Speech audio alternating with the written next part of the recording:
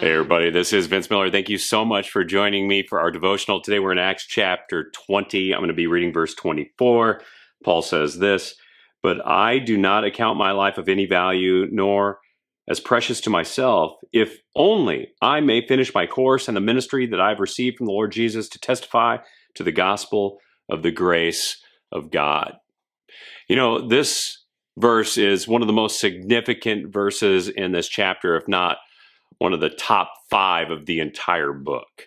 I mean, this single sentence gives us an inside look at what is behind Paul's drive as a man of God.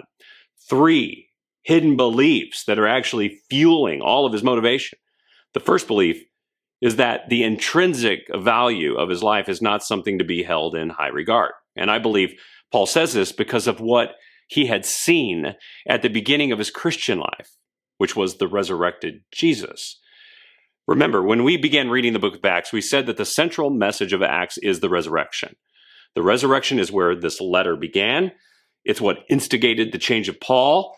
And it's the one thing that Paul preached every single time he entered a new town.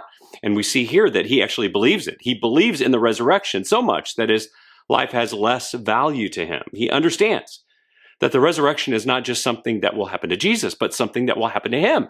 And because he knows his death and resurrection are imminent,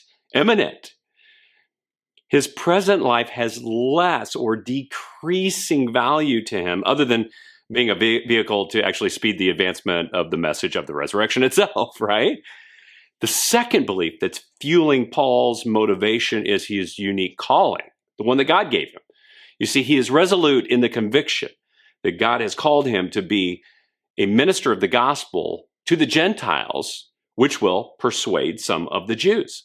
And as we have learned throughout Acts, Paul has been faithful to this calling and even more adamant about it as time went on. The third belief that fuels his motivation is his personal experience with the grace of God. You see, Paul didn't deserve grace. God extended it to him. That's exactly why it's called grace, by the way. In fact, you know what Paul deserved? He deserved punishment for his sin. And he had tried kind of the works-based method or works-based religious practices. He even made a life of it, by the way, as a Pharisee. And he was pretty successful at it. That is, until he met with justice on the road to Damascus and discovered that he was going to need some grace from God to live life. And this is what fueled Paul.